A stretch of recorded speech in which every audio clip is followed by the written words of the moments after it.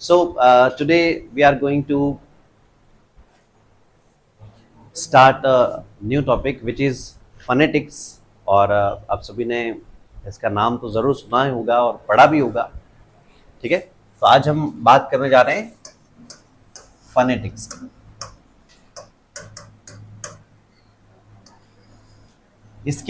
इसको दो तरीकों से बोला जाता है। एक तो बोला जाता है क्या, phonetics, क्या बोलते हैं इसको,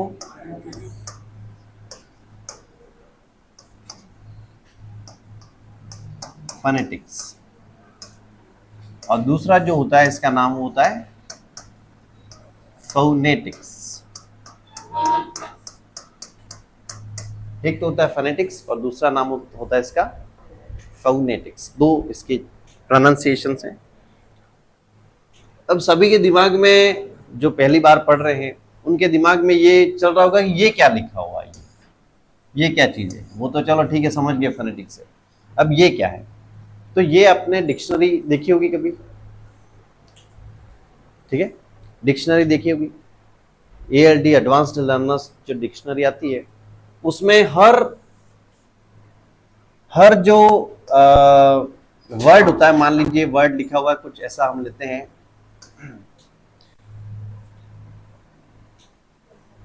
वर्ड, हम लेते हैं मान लीजिए लिखा हुआ है चेयर।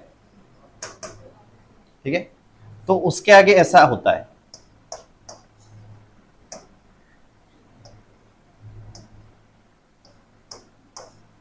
ऐसा ही लिखा होता है। तो ये क्या चीज है, ये इसकी स्क्रिप्ट है, मतलब ये शब्द कैसे पढ़ा जाता है ये इसमें बताया गया है। इससे ये पता चलता है कि शब्द को पढ़ना कैसे है। क्योंकि ये तो ठीक है, चेयर तो हमको बोलना आता है, मान लो कोई ऐसा वर्ड हो जो हमने पहली बार ही सुना हो, तो उसको पढ़ेंगे कैसे। तो उसके लिए क्या दिया जाता है, ये स्क्रिप्ट दी जाती है। ठीक है, अब ये फोनेटिक्स क्या है, तो फोनेटिक्स जो है वो एक ब्रांच है। किसकी ब्रांच है, लिंग्विस्टिक्स की। वैसे हम उल्टा लिख रहे हैं इसको, क्योंकि लिंग्विस्टिक्स ऊपर लिखना चाहिए और फिर ये फोनेटिक्स। तो मैं इसको हटा के फिर से करता हूं कि एक लिंग्विस्टिक्स होता है। लिंग्विस्टिक्स का मतलब क्या होता है, भाषा विज्ञान। क्या होता है, भाषा विज्ञान। A scientific study of a language is called linguistics। भाषा का विज्ञान जो होता है वो लिंग्विस्टिक्स होता है। अब इस लिंग्विस्टिक्स की एक ब्रांच है जिसका नाम है फोनेटिक्स। और फोनेटिक्स का मतलब होता है ध्वनि विज्ञान। क्या होता है, ध्वनि विज्ञान। तो देखिए, ध्वनि विज्ञान ये पूरी तरह इस एरिया को कवर इसलिए नहीं करता है क्योंकि talks about phonetics। what phonetics is, phonetics is a scientific study of human speech sound। कि एक मनुष्य के द्वारा जो भाषा बोली जाती है उसकी ध्वनि का साइंटिफिक अध्ययन करता है कौन, फोनेटिक्स। और किसी भी भाषा का साइंटिफिक अध्ययन करता है कौन, लिंग्विस्टिक्स। ठीक है, तो मनुष्य के द्वारा देखो, और मनुष्य की भी कौन सी स्पीच, ह्यूमन स्पीच साउंड जो बोलता है उसकी। हंसने की आवाज की कोई फोनेटिक्स नहीं है, रोने की आवाज की कोई फोनेटिक्स नहीं है। ठीक है, फोनेटिक्स किस चीज का है कि ह्यूमन स्पीच साउंड जो वो बोलता है उसका वैज्ञानिक अध्ययन इसमें किया जाता है। ठीक है, अब ये होता क्या है उसके बारे में और विस्तृत चर्चा हम धीरे धीरे करते जाएंगे। आप लोग आज लिखते हुए बढ़ते रहना आज। ठीक है, क्योंकि ये इतना बड़ा टॉपिक है और फिर हम इसको देखेंगे, तो आप इसको चाहें तो लिख सकते हैं।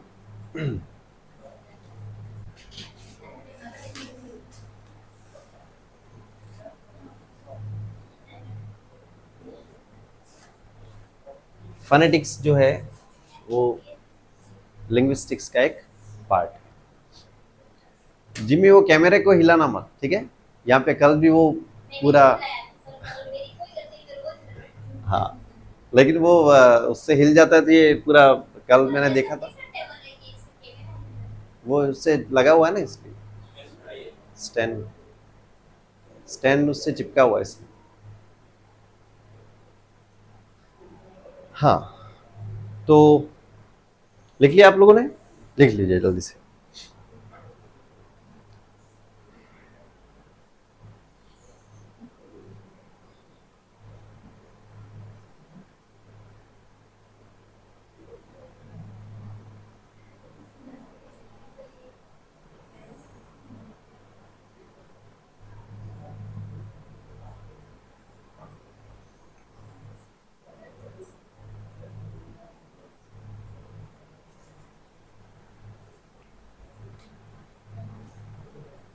हटाओ इसको।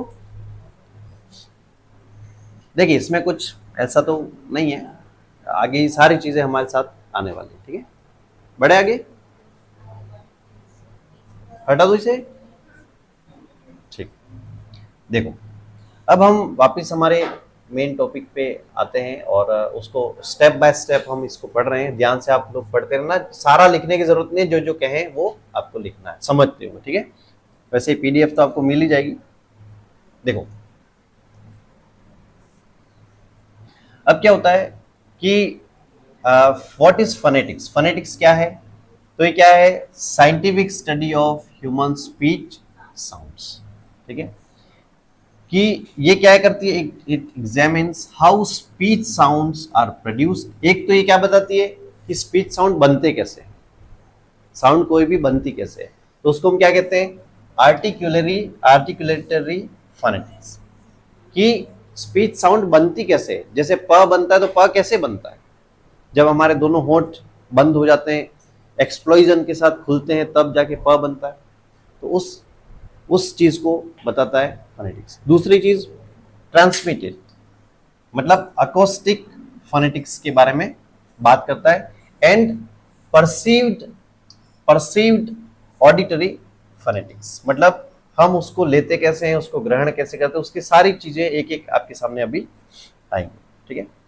अब क्या होता है कि स्टैंडर्ड एक्सेंट फॉर स्टडी। अब क्या हुआ कि फोनेटिक्स अगर हम बात करें तो हम ये कहते हैं कि ऐसे बोलना चाहिए, वैसे बोलना चाहिए, लेकिन किसके अनुसार बोलना चाहिए? कौन बोल रहा है जैसा हमको बोलना चाहिए? उसके लिए एक स्टैंडर्ड हमारे पास क्या है? एक रिसीव्ड प्रोनाउंसिएशन है। क्या है? Received pronunciation. उसको हम क्या कहते हैं? आरपी। आरपी साउंड्स कहा जाता है, ठीक है? रिसीव्ड प्रोनाउंसिएशन का मतलब क्या? कि एक स्टैंडर्ड प्रोनाउंसिएशन है जो हमने रिसीव किया है, सभी लोगों ने मिलकर डिसाइड किया कि सारा संसार जो है वो एक जैसा एक प्रोनाउंसिएशन जो है वो सभी लोग बोलेंगे, तो उससे क्या होगा? यूनिफाइड हम रहेंगे, ठीक है? यूनिफाइड कैसे रहेंगे? कि जैसे अंग्रेज यहां पर आकर बोलते हैं भारत में तो हमें समझ में नहीं आता, हम जाकर अंग्रेज के पास जाके बोलेंगे तो उसको समझ में नहीं आएगा, जबकि बोल क्या रहे हैं दोनों? इंग्लिश बोल, तो भी समझ में नहीं आ रहा है।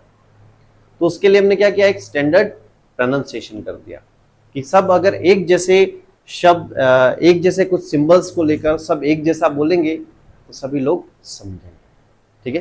क्योंकि पॉपुलेशन ही अगर गेम होता तो हमारा प्रोनाउंसिएशन उनको लेना चाहिए था, ठीक है? लेकिन ये सिर्फ इसलिए क्योंकि इंग्लिश का ओरिजिन वहां से है, उसका उद्भव वहां से है, ओरिजिनली वहां से आई है।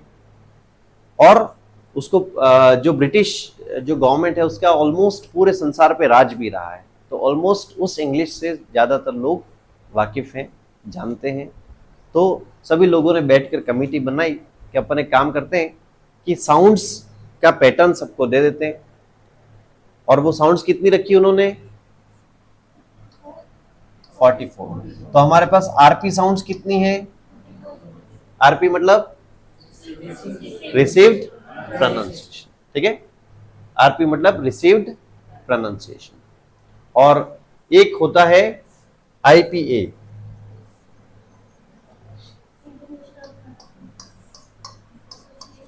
क्या होता है ये? इंटरनेशनल इंटरनेशनल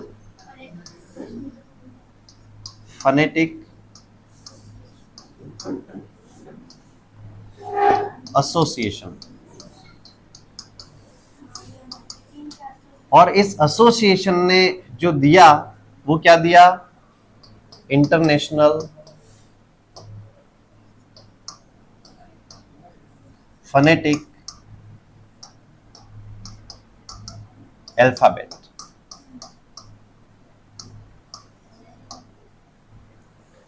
ठीक है, एक इंटरनेशनल फनेटिक एसोसिएशन बना, एक कमेटी बनी जिसमें उन्होंने ये डिसाइड किया कि अपन एक काम करते हैं कि एक जैसा साउंड सबके लिए निर्धारित कर देते हैं, वैसा सभी बोलेंगे तो सभी को समझ में भी आ जाएगा। ठीक है, और उन्होंने फिर एक इंटरनेशनल फनेटिक अल्फाबेट बनाया और उस अल्फाबेट में कितने लेटर्स साउंड्स रखी? 44 रखी। और उन साउंड्स के अलावा कोई साउंड है नहीं। ठीक है, तो ये चीज उन्होंने की। अब क्या होता है कि ये रिसीव्ड प्रोनाउंसिएशन उसको क्या कहा क्या जाता है? उसको एक स्टैंडर्ड ब्रिटिश इंग्लिश भी कहा जाता है, एसबीई भी कहा जाता है, स्टैंडर्ड ब्रिटिश इंग्लिश। उस प्रोनाउंसिएशन को आरपी आरपी हाँ, आरपी और एसबी कौन सा कह रही हो? हाँ, एक नहीं है। देखो, आरपी क्या है? आरपी क्या है? रिसीव्ड प्रोनाउंसिएशन है। ठीक है, वो प्रोनाउंसिएशन हमने रिसीव किया, हमने किससे किया है? तो ये स्टैंडर्ड इंग्लिश से, ब्रिटिश इंग्लिश से और बीबीसी इंग्लिश से। हाँ, ऑल्सो नोन एज लिखा हुआ है, लेकिन रिसीव्ड प्रोनाउंसिएशन है क्या? हमने उससे रिसीव किया। ठीक है, this is the accent category, accent generally adopted as a model for phonetic, कि हमने एक मॉडल लैंग्वेज के रूप में इसको देखा है कि ऐसा रहेगा, सब एक साथ एक जैसा बोलेंगे तो कोई दिक्कत किसी को नहीं आएगी, सब आपस में एक दूसरे की बात समझ जाएंगे। ठीक है, इंग्लिश अंग्रेज बोलते हैं हमारे सामने आके, तो देयर वाज अ हॉलिडे ऐसे वो बोलते हैं, तो हम लोग समझते हैं दरवाजा खोल दे। ठीक है, वो कहते हैं देयर वाज अ हॉलिडे, तो हम समझते हैं दरवाजा खोल दे, जबकि वो क्या कह रहा है? There was a cold day, there was a cold day, ऐसा वो कह रहा है। तो अब हमारे प्रोनाउंसिएशन के एक्सेंट के डिफरेंस की वजह से ये गड़बड़े होती है, तो उन्होंने इसलिए कमेटी बनाई कि हम एक ऐसा काम करें कि सब एक जैसा बोले, तो फिर कोई दिक्कत किसी को नहीं आएगी। तो ऐसा इन्होंने किया, और ये फिर आरपी साउंड्स दिए। कितने हैं आरपी साउंड्स हमारे पास? 44। ठीक है, ये आपको एक बात बता दूं कि आपको सबसे ज्यादा सहूलियत इसमें मिलेगी कि ये जो थियोरी वाले क्वेश्चन है उसमें, जो ट्रांसक्रिप्शन वाले क्वेश्चन है वो थोड़ा लक बेस्ड रहेगा कि अच्छा आ गया तो आपको आ भी जाएगा और नहीं आया तो नहीं भी आएगा, क्योंकि दुनिया के सारे वर्ड का प्रोनाउंसिएशन थोड़ी पता है हमको, इसलिए। ठीक है, देखो आगे ट्रांसक्रिप्शन। हाँ, तो adopted A model for phonetic transcription in academic and examination context in India. ठीक है, अब क्या होता है कि एमसीक्यूज देख लेते हैं क्या कह रहा है ये इंट्रोडक्शन के, कि फोनेटिक्स क्या है? Primary study of word meanings की है क्या? सेंटेंस स्ट्रक्चर की है क्या? स्पीच साउंड की है? और हिस्ट्री ऑफ लैंग्वेज की है क्या?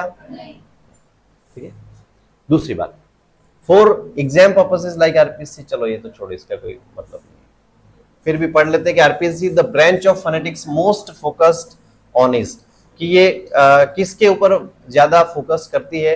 तो ये आर्टिकुलरी फोनेटिक्स के ऊपर ज्यादा फोकस करते हैं। ठीक है, वो अभी सब चीजें आपके आएंगी एक एक करके।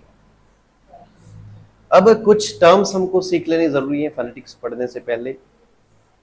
कुछ टर्म्स होती हैं जिसको आप सीख लोगे तो आपके लिए सहूलियत रहेगी। इससे पहले ये मैं बताऊं, उससे पहले आपको एक और चीज मैं बता देता हूं ताकि आपके समझने में कोई दिक्कत नहीं, कि हमारे पास अल्फाबेट्स कितनी हैं?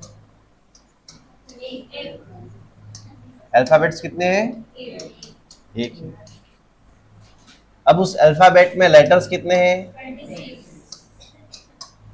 ठीक है, 26 क्या है, लेटर्स। 26 लेटर्स जो हैं उनको कितने भागों में बांटा गया है, कितने भागों में, 2 भागों में। कौन कौन से, इसको क्या पढ़ते हैं, वावल्स, नॉट वॉवेल। क्या पढ़ेंगे, वावल्स। और दूसरा है कॉन्सोनेंट्स, मतलब व्यंजन। वावल्स मतलब स्वर कितने होते हैं, कौन कौन से, ठीक है। और कॉन्सोनेंट्स कितने होते हैं, कौन कौन से, हाँ सॉरी 21, 21। हाँ, तो वावल्स कितने हो गए, 5, कॉन्सोनेंट्स कितने हो गए। अब इन 5 वावल्स से साउंड्स जो बनती हैं वो कितनी बनती हैं, 20, ठीक है, साउंड्स बनती है 20। और इन 21 कॉन्सोनेंट से जो साउंड्स बनती है वो कितनी बनती है, साउंड्स बनती है वो कितनी बनती है, 20। अब ये जो वावल्स हैं उसकी जो साउंड्स है उसको भी फिर 2 भागों में बांटा है। एक तो मोनोथॉन्ग्स, और मोनोथॉन्ग्स कितने हमारे पास, एक है डिप्थॉन्ग्स, वो कितने हैं हमारे पास। अब मोनोथॉन्ग्स क्या होते हैं, इसमें सिंगल साउंड होती है एक तो, और इसलिए इसको क्या कहा जाता है, प्योर वावल्स। डिप्थॉन्ग्स क्या होते हैं, इसमें एक तो डबल साउंड्स होती हैं,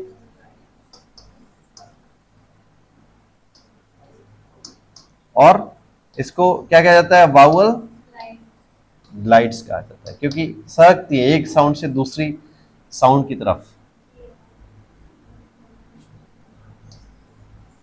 वावल ग्लाइड्स, एक साउंड से दूसरे साउंड की तरफ ये सरकती हैं, इसलिए वावल ग्लाइड्स कहा जाता है। अब आपके दिमाग में क्वेश्चन आया होगा कि हमारे पास वावल तो 5 हैं और साउंड्स उससे बनती 20, लेटर 26 से ना साउंड्स बन रही है टोटल कितनी, 44 साउंड। ऐसा होता क्यों है, तो ऐसा इसलिए होता है कि ये क्या लिखा हुआ है, कैट लिखा हुआ है, ये क्या लिखा हुआ है, ये क्या लिखा हुआ है, ठीक है। उसके बाद ये क्या लिखा हुआ है, विलेज लिखा हुआ है, ये क्या लिखा हुआ है, ठीक है। तो अक्षर कौन सा है इसमें सब में, इसमें कौन सी साउंड आ रही है,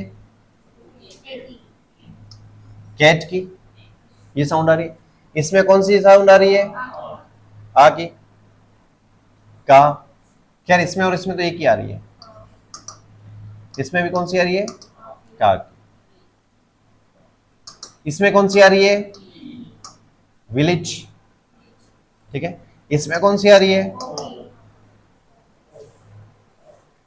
तो अब एक ही लेटर से, लेटर एक ही है लेकिन उसकी साउंड्स बार बार बदल रही।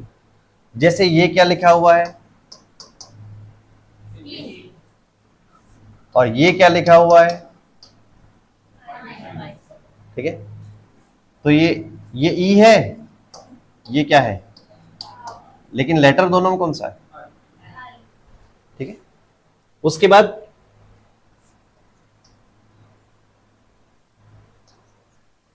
ये क्या लिखा हुआ है,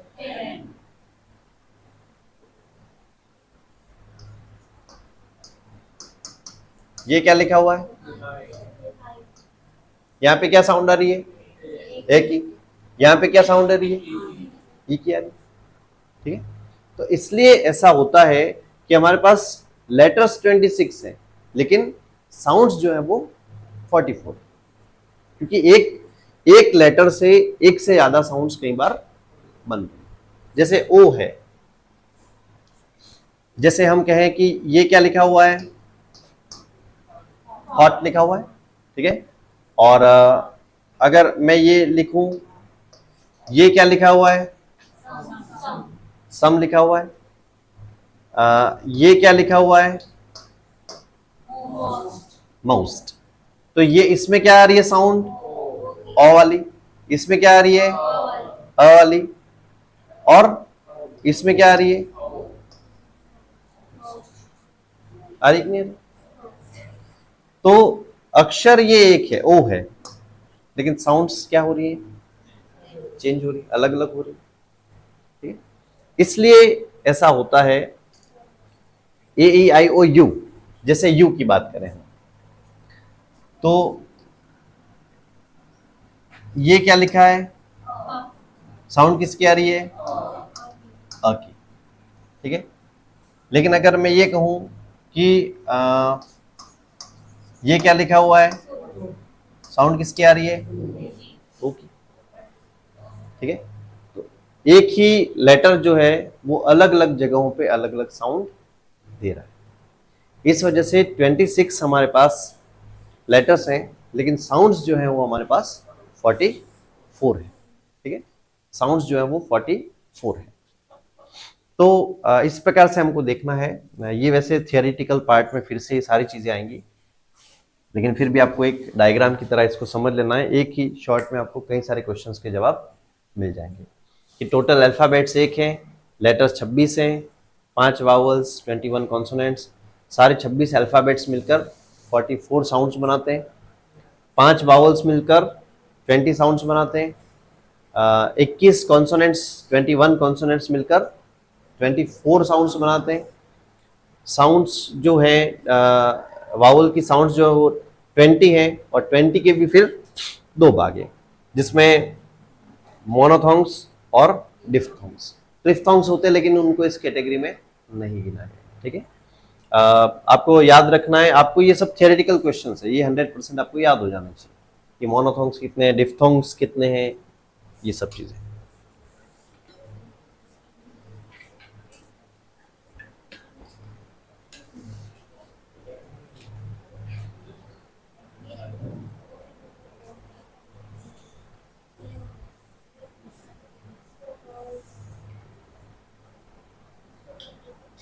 लिख लिया आपने?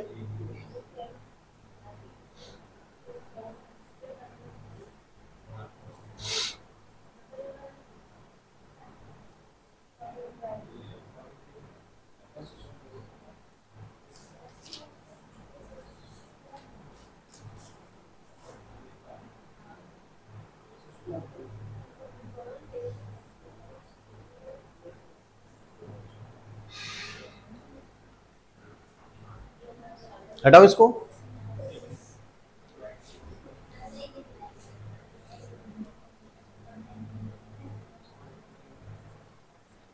चल हटा दो इसको, यस और नो। ओके, देखो अब वापस हम आते हैं हमारे इस पार्ट पे। कुछ टर्म्स को हम देख रहे हैं कि कुछ टर्म्स है फोनेटिक्स से रिलेटेड। एक तो है फनीम। क्या है पहली टर्म? फनीम। फनीम का मतलब क्या होता है? स्मॉलेस्ट डिस्टिंक्टिव साउंड यूनिट, की ध्वनि की सबसे छोटी इकाई को हम क्या कहते हैं? फनीम, ठीक है। तो हमारे पास जितने भी 24 ध्वनियां हैं, 44 मतलब 44 जो साउंड्स हैं, ध्वनियां हैं, उन सबको हम क्या कहेंगे? तो फनीम्स कितने होते हैं फिर? कोई क्वेश्चन आ जाए कि फनीम्स कितने होते हैं, तो कितने होते हैं? 44, ठीक है। In a language that can change the meaning of a word, कि एक फनीम के बदलने से पूरा वर्ड बदलता है कि नहीं बदलता है। जैसे यहां पे अगर हम देखें कि ये क्या लिखा हुआ है, पैट, पहली साउंड कौन सी है? प की। और यहां पे क्या लिखा हुआ है? बैट। तो खाली प को हटाकर हमने ब कर दिया, तो उसका दोनों का अर्थ पूरा चेंज हो गया कि नहीं? वर्ड ही पूरा अलग हो गया, ठीक है। तो इसको हम कहते हैं एक फनीम। तो हमारे पास टोटल इंग्लिश रिसीव्ड प्रोनाउंसिएशन में कितने फनीम्स हैं हमारे पास, और उसमें से 20 क्या है और 24 क्या है, कॉन्सोनेंट। बात समझ में आ गई कि जितने साउंड्स उतने वो। उसके बाद इन साउंड्स के अलावा कोई साउंड हमारे पास इंग्लिश में नहीं है। जैसे कुछ साउंड्स हैं, जैसे भ है, ध है, घ है, ऐसे कुछ साउंड्स हैं जो हम हिंदी में यूज करते हैं लेकिन इंग्लिश में वो साउंड नहीं है, वो साउंड नहीं है हमारे पास, उसको बोला जाएगा इंग्लिश के तरीके से। जैसे कुछ लोग भारत में इसको पढ़ते हैं घोस्ट, क्या पढ़ते हैं, घोस्ट, लेकिन वो है गौस्ट। क्या है, गौस्ट, क्योंकि ये घ नहीं पढ़ा जाएगा, क्या पढ़ा जाएगा, गौस्ट। अगर अंग्रेज बोलेगा इस चीज को तो भारत बोल नहीं पाएगा, क्या बोलेगा वो, भारत बोलेगा वो, भारत, क्योंकि वो भ बोलना ही उसको नहीं आता है। ठीक है, इसीलिए अगर किसी का नाम धनंजय है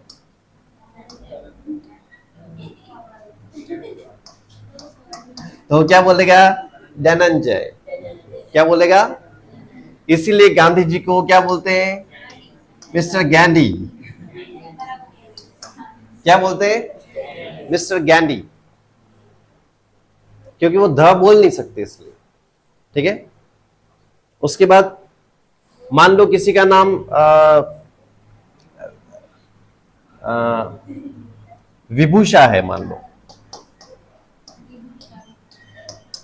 तो क्या बोलेंगे, मिस विभूषा, क्या बोलेंगे, क्योंकि वो भ बोल नहीं सकते, उनके साउंड में 44 में तो भ है ही नहीं, तो कहां से बोलेंगे, इसलिए। ठीक है, तो अंग्रेज ऐसा बोलते हैं, उसका भी रीजन है कि अंग्रेज हिंदी के शब्दों को वो ठीक से बोल नहीं सकते। ठीक है, कुछ शब्दों को, जैसे राम ने धनुष उठाया, ऐसा वो बोलेंगे इंग्लिश में, राम ने धनुष उठाया, जबकि धनुष उठाया वो बोल नहीं पाते हैं उसको। ठीक है, इसलिए ऐसा होता है।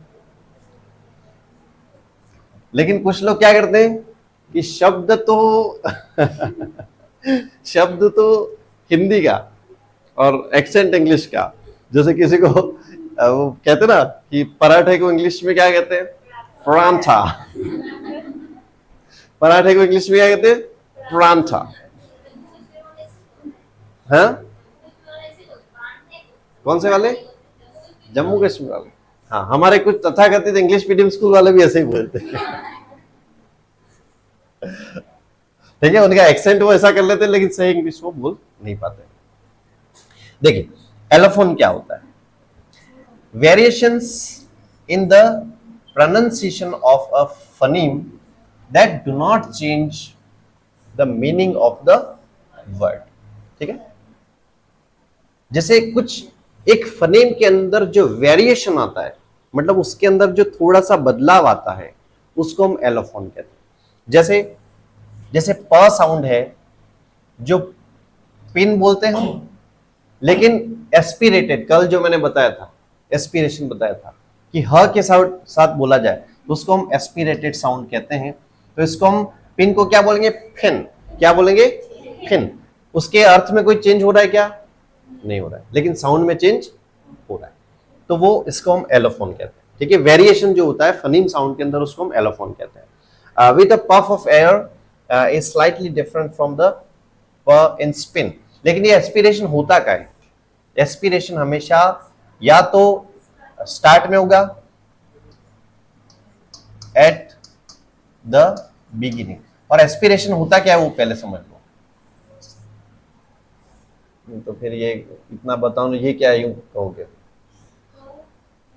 ठीक है, देखो एस्पिरेशन क्या होता है कि कुछ साउंड्स है प, त और क, प्लस अगर एच मिलाकर उसको बोला जाए तो उसको हम एस्पिरेशन कहते हैं। जैसे, और ये एस्पिरेशन होता क्या है, एक तो बिगिनिंग में,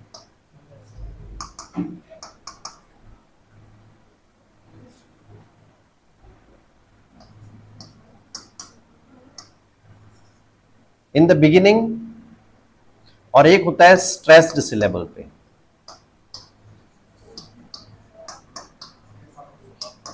ठीक है।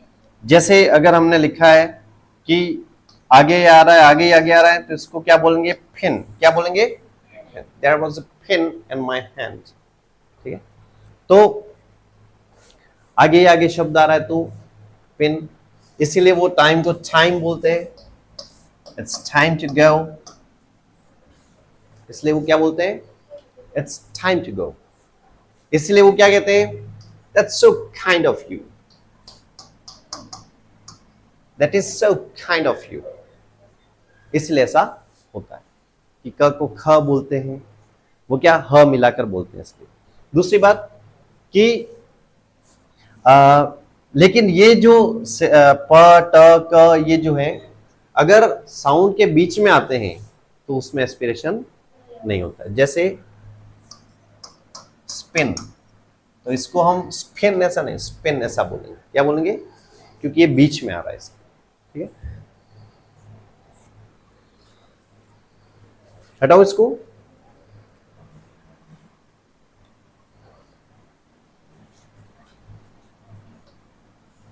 लिख लिया सबने? चलिए वापिस हम आते हैं इस पे। तो इसको हम एलोफोन्स कहते हैं। तो ये प के एलोफोन्स है, एक तो एस्पिरेटेड और एक अनएस्पिरेटेड, ये दोनों प के एलोफोन्स हो गए, ऐसा कहा जाएगा। वाउल क्या होता है? A speech sound produced with an open vocal tract, the airflow is relatively unobstructed। स्वर की क्या परिभाषा है हिंदी में? कि निर्बाध रूप से बोले जाने वाले शब्द नहीं, निर्बाध रूप से बोलने वाले वर्णों को हम स्वर कहते हैं। ठीक है, तो निर्बाध रूप से मतलब ये हमारे वोकल कॉर्ड है। जब हम अ बोल रहे हैं तो हमारे ये जो भी भाग है पूरी तरह से खुला हुआ है, उसमें कोई बाधा नहीं है। लेकिन जब हम अ क्या है? एक स्वर है या व्यंजन है? स्वर है। लेकिन जब हम प बोलते हैं तो प बोलते तो हमारे दोनों होठ बंद हो जाते हैं, तो बाधा आई। तो जो निर्बाध रूप से बोले जाए उसको क्या बोलेंगे? स्वर। और जिसमें कोई बाधा आ रही है उसको क्या बोलेंगे? व्यंजन। ठीक है, तो वाउल्स मतलब स्वर। तो जैसे हम ट बोलते हैं तो ट बोल रहे हैं, हमारी जीभ का जो हिस्सा है ऊपर जाकर लगता है, तब ट बोला जाता है।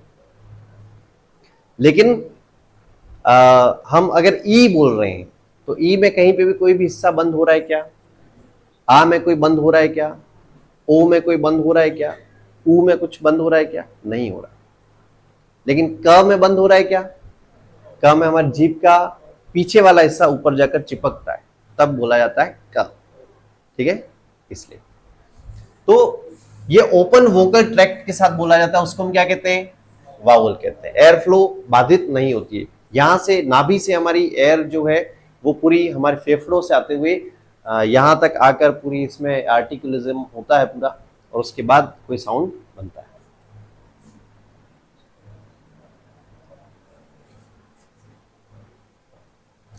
वावल्स फ्रॉम द न्यूक्लियस मतलब कोर से of syllables, all vowels are voiced.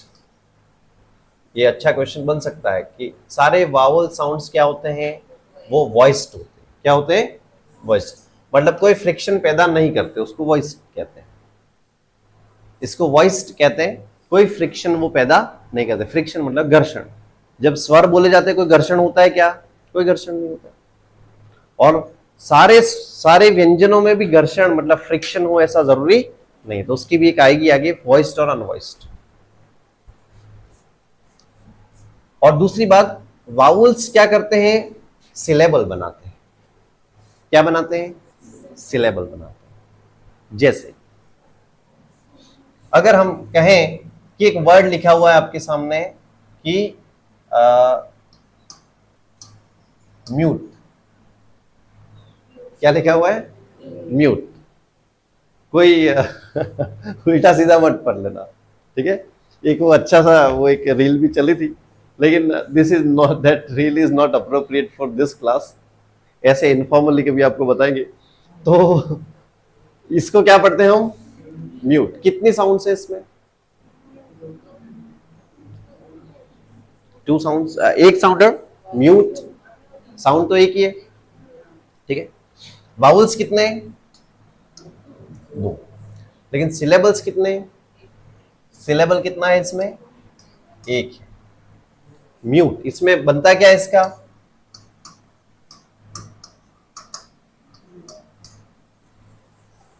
Script क्या बनेगी इसकी? म्यूट। तो सिलेबल कितना? 1। मतलब एक शब्द को आप कितने टुकड़ों में, कितने भागों में बोलते हो, उसको हम क्या कहते हैं? क्या कहते हैं? इसमें कितने सिलेबल्स हैं? 1 है। इसमें कितने हैं?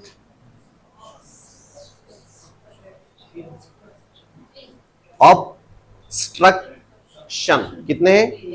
3 सिलेबल्स। इसमें कितने हैं? क्लोजर, क्लोजर कितने हैं? 2। इसमें 1, इसमें 1, इसमें वोकल कितने? 2 हुए। इसमें इसको ट्रैक्ट ऐसा बोलते हैं या ट्रैक्ट ऐसा बोलते हैं? 1 सिलेबल। कितने हैं? 1 सिलेबल। अच्छा, इसमें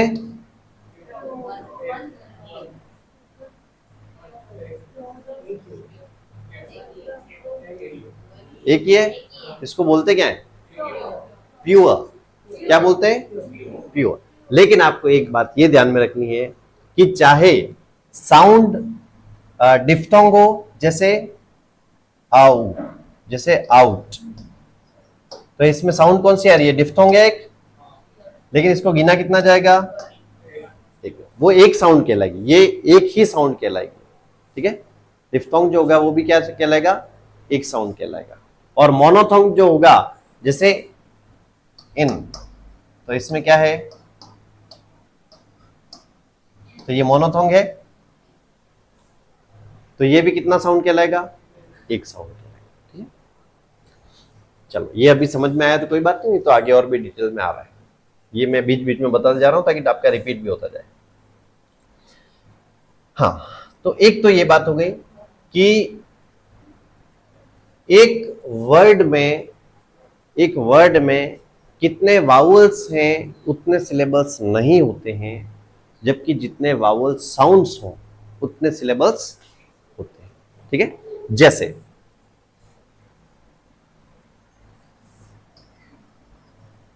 कितने वावल्स हैं? 1 और 2, 2 है। लेकिन साउंड कितनी है? 1 है। तो इसमें सिलेबल कितना होगा फिर? 1 होगा, क्योंकि इसमें साउंड कौन सी आ रही है? कूल, 1 ही आ रही है। तो सिलेबल कितना हो गया फिर? 1 होगा, ठीक है। उसके बाद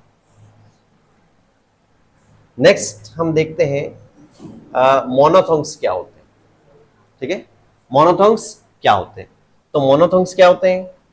वावल साउंड है एक प्रकार की, where the tongue position remains relatively stable throughout its articulation, ठीक है। ये थोड़ा थियोरेटिकल बात है, याद रख लेना कि मोनोथोंग में हमारी टंग जो है वो स्टेबल रहती है, प्योर वावल्स जैसे इसको कहते हैं। जैसे ई जब आप बोल रहे हो तो जीभ हिल रही है क्या? ऊ बोलते वक्त हिल रही है क्या? ओ बोलते वक्त हिल रही है क्या? नहीं। तो ये प्योर वावल्स है जिसमें जीभ जो है वो स्टेबल रहती है। कितने मोनोथोंग्स हैं हमारे पास टोटल? 12। कितने हैं? 12। वो कितने हैं वो भी आगे लिखवाया जाएगा, पूरी लिस्ट बनी हुई है, उससे आपको लिखवाएंगे। अभी आपको ये याद रखना है कि मोनोथोंग्स कितने हैं? 12। और मोनोथोंग्स कहते किसको हैं? प्योर वावल्स को, मतलब सिंगल साउंड, सिंपल भाषा में समझे तो सिंगल साउंड वाला, ठीक है। जैसे ये लिखा हुआ है पिन, कितनी साउंड है? सिंगल साउंड है कि नहीं है? पिन लिखा हुआ है उसमें सिंगल साउंड है, ई की। इसमें साउंड कौन सी आ रही है? एक है या 2 है? आपके सामने लिखा हुआ है वाइट। अब इसमें साउंड ये क्या बोलते हैं, वावल तो एक है, लेकिन वावल साउंड्स कितनी है? वावल साउंड्स जो है वो भी एक है, लेकिन वो कौन सा है? डिफ्थोंग है। कौन सा है? डिफ्थोंग है।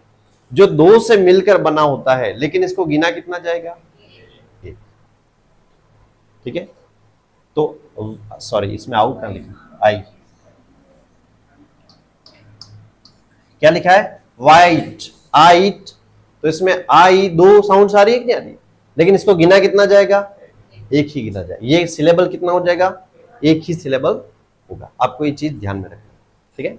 वाइट, इसमें सिलेबल कितना हो जाएगा? एक। इसमें भी सिलेबल्स कितने हो जाएंगे? एक। लेकिन ये कौन सी है? ये कौन सा है? डिफ्थोंग है। और ये कौन सा है? मोनोथोंग। तो मोनोथोंग्स को प्योर वावल्स क्यों कह रहे हैं? क्योंकि वो प्योर है, मिलावट कुछ है ही नहीं उसमें, एक ही साउंड से बन रहा है तो प्योर है। और किसी में कुछ मिलावट हो गई, दो से बन रहा है तो वो वावल ग्लाइड हो गई, दो डिफ्थोंग हो गया, ठीक है। जैसे ये सी जो हम देख रहे हैं, सी में ये कितने हैं?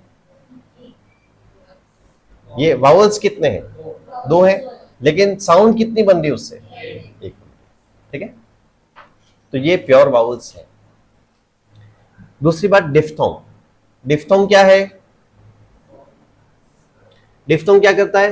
ये vowel sound that involves a glide from one vowel quality to another within the same syllable. एक ही सिलेबल में एक साउंड से दूसरे की तरफ बढ़ता है, उसको हम क्या कहते हैं? डिफ्थोंग कहते हैं। जैसे हमने लिखा कि स्काई लिखा है, क्या लिखा हुआ है?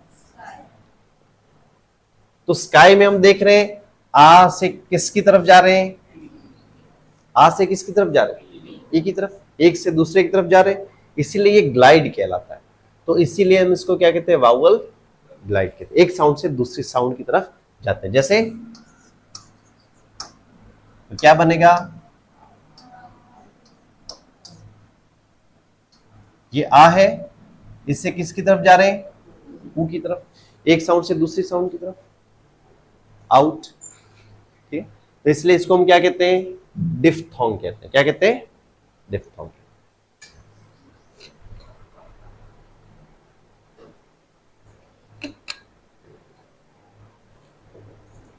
तीसरी बात कि ट्रिफ्थोंग में क्या होता है?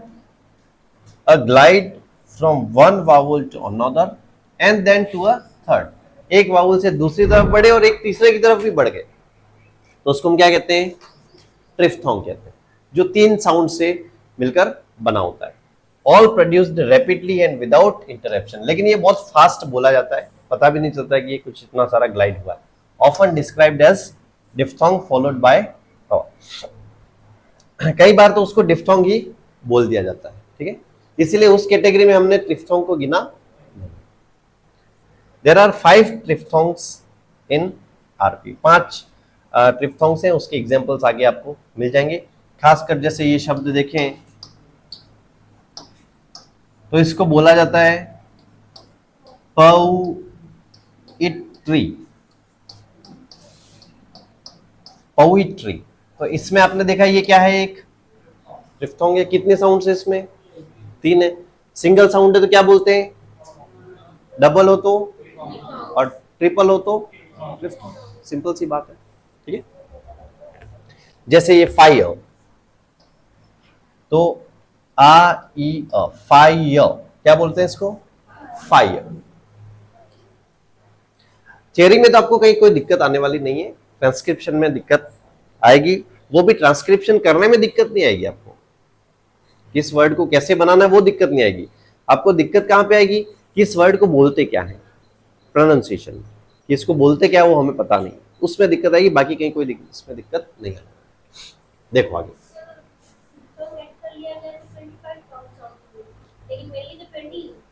कैसे? हाँ, ट्रिफ्थोंग 8 ऐड कर लिया जाए उसमें यूं तो कितने हो जाएंगे? वावल साउंड्स 25 कैसे होंगे?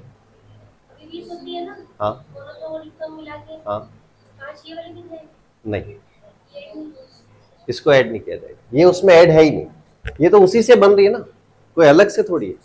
जैसे वावल्स में दो जो है मोनोथोंग और डिफ्थोंग, वो दोनों अलग हैं, ठीक है। अब ये कोई अलग से थोड़ी, ये तो आई आई उसमें हो गया। आप समझो इसको कि जैसे आई किस में आया? डिफ्थोंग में आया, ये किस में आया, मोनोथोंग में। तो वो दोनों कैटेगरी तो कवर हो गई वहां पे, तो ये तो फिर अलग से तो कुछ बना ही नहीं, ये तो जो भी ले रहे हैं हम उसी में से ले रहे हैं, अलग से एक भी साउंड उसमें नहीं लिया जाए, ठीक है, अलग से एक भी साउंड नहीं होगा, क्योंकि जो भी लिया है जो ऑलरेडी है हमारे पास उसी में से लिया है, इसीलिए वो उतने के उतने 20 साउंड्स ही हमारे पास रहेंगे, ठीक है। देखो फिर से आ गया सिलेबल क्या होता है, कि अ यूनिट ऑफ प्रोनाउंसिएशन। अभी तक हम जो समझ रहे थे वो खाली बोलचाल में समझाया आपको, अब डेफिनेशन देखो, a unit of pronunciation having one vowel sound monophthong और diphthong with or without surrounding consonants forming the whole or a part of the word, उसको हम कहते हैं सिलेबल, कि एक ऐसा साउंड जो मोनोथोंग भी ले सकता है और डिफ्थोंग भी ले सकता है। दूसरी बात, एक second, hello, room number 22, 22 number, बोरी पहुंच गए हो, ठीक, हाँ ठीक है, मैं बात करता हूँ, 1 मिनट काटो फोन, हाँ ठीक है, इसको रिकॉर्डिंग को पॉज कर देना, पॉज करना, स्टॉप मत करना।